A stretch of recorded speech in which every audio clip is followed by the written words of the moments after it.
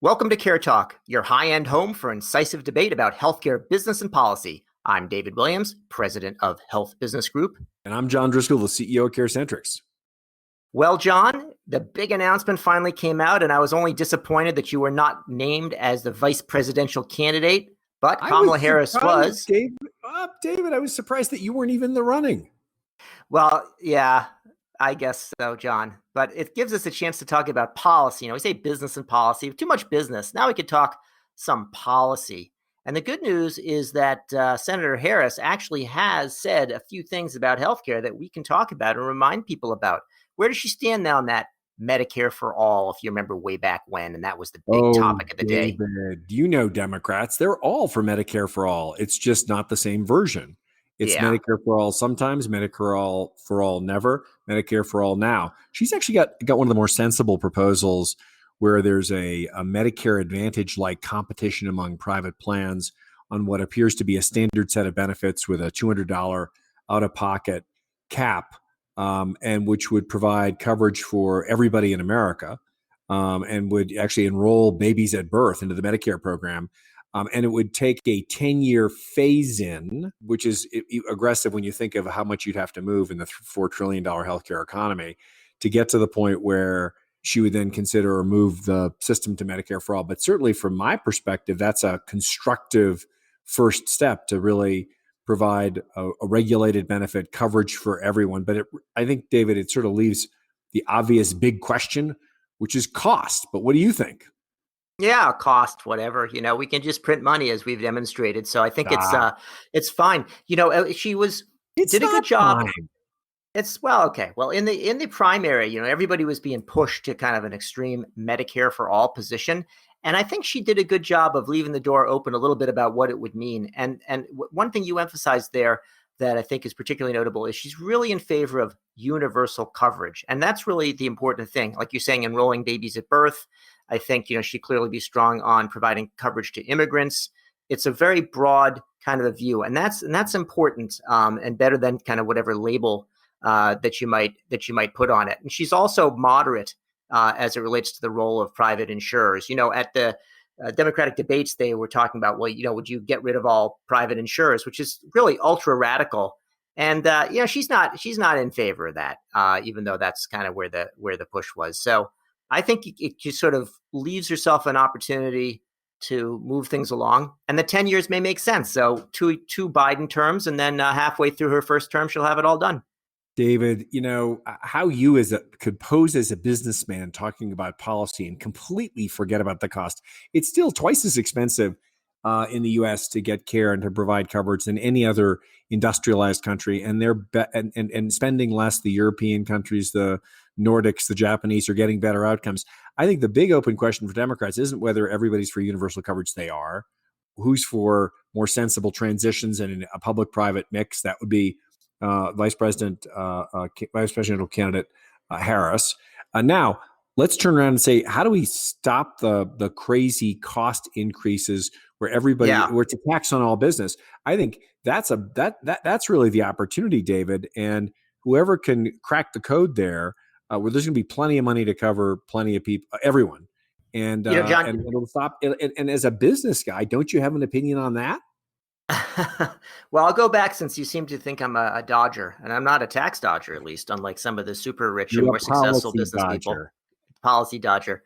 About how do we pay for this? Well, getting costs under control is tough, but I will say that she actually does have different ideas about how to pay for it, what's the source, than some of the other folks. So Sanders had proposed raising taxes, having a special surcharge, and is basically on everybody making more than $29,000. That's $29,000 a year, John, which is not all that much. So she doesn't. The poor. Let's tax the working poor. That's what Sanders was doing. Now she has something, and I will admit to being a businessman, but not necessarily a finance guy. She wants to put some kind of tax on financial trades, which on the one hand seems like a really bad idea. I But think on it's the a other great hand, idea. it might actually be a good way to actually finally tax some of the super wealthy folks that are paying next to nothing while you and I are slaving away. And tell me what those guys are like, because I think you live near them, don't you? I mean, I would think that those transaction taxes, they might threaten your status in the community, but even you could be for reducing the number of unnecessary financial transactions around which Wall Street titans like your friends are extracting excess margin. John, I think you're projecting a little bit, and maybe I'm have to issue an executive order to take care of these problems. But John, since you seem to be poking at me, what we haven't talked about yet is the area of drug pricing, which is always your favorite one. Has she been silent on that? Medicare for All doesn't talk about that. She's been killer. She has gone right after the biggest issue that honestly Trump ran away with and has done nothing with, which is the ridiculously high, the excess margins and prices that U.S. drug manufacturers and foreign drug producers are able to charge Americans, where they can change the price up every month. They almost never bring the price down. And she's actually made the point that to pursue pharma companies like prosecutors to assess drug price gouging, where she does not get relief, where the consumer doesn't get relief. She will look to prosecute the pharma manufacturers and bring those prices down. She wants the American government to use its buying power to negotiate fair prices. And I think we've gotten to the point where we can't talk our way through a solution with big pharma. We've got to force a solution where we start to pay a fairer price. And she was out early and consistently. She even wants to stop the tax deduction for direct to consumer advertising, which is been a huge tool, uniquely in the Western world, where pharma companies can try to incite demand, and it's crazy. But the most important piece is she's been aggressive about price gouging. Even you, private sector defender that you are, have to be in favor of lowering drug prices and making sure they stay low. John, I was taking a look yesterday at some of Kamala Harris's positions once it was announced, and it was just after the announcement of her selection as vice presidential candidate. And you search and you go to her website, and it instantly popped to Joe Biden website, which I think is great. So I looked at some of the cash stuff from what she had said before on drug pricing, and you're right, she went right at it. Like, instead of tiptoeing around and talking about innovation and all that, she's talking about stop price gouging. And she's like, if Congress fails to act, she's going to launch an investigation on price gouging, and then she's going to use regulatory authority to intervene and lower the cost of a drug. She didn't say she's going to let Medicare negotiate. She's really right at it. I actually think that kind of aggressive, direct stance is going to be quite popular with the populace. I agree. And I think and what's interesting is that if you look at the polls, it actually polls very strongly even among Republicans. And what she's really saying, what she's really asserted, is that the government can assess and set a fair price.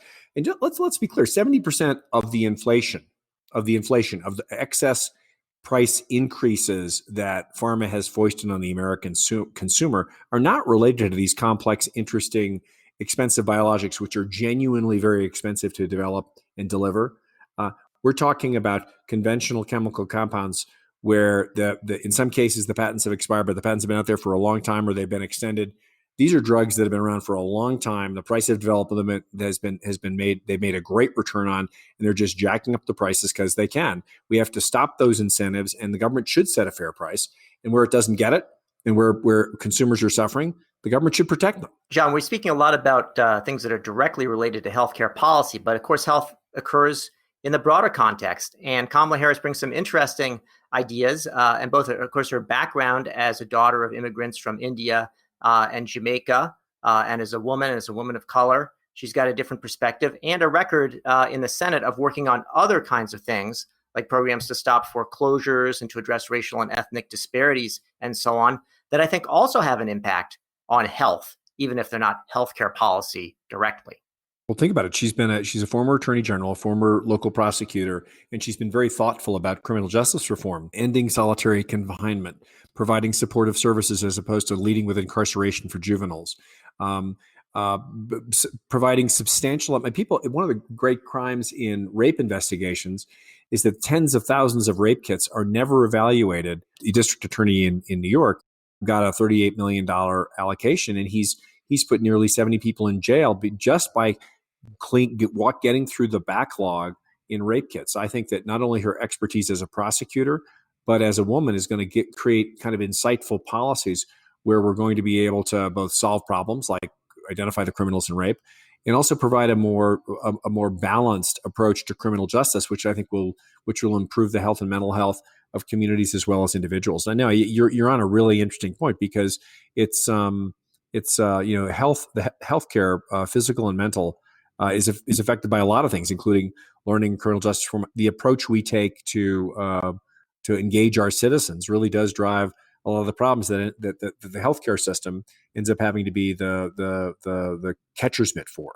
I mean, I just think she's a really interesting candidate, and I think that your point about having an immigrant in this race is going to put the issue of immigration and successful American immigrant stories at the center of a debate that's going to be a really interesting cultural challenge at a time when the president, the current president, has really built his whole approach around division and xenophobia. And I think it's a really interesting point, David. I mean, how do you think that's going to play with the American population? I think that the immigrant story is going to come up. The idea of bringing people together is going to work. I think people will see that Joe Biden's selection of her, who was actually one of the most critical people of her during the primary, during the debates, actually speaks volumes to the ability to, bring people together as opposed to sort of to cast them out.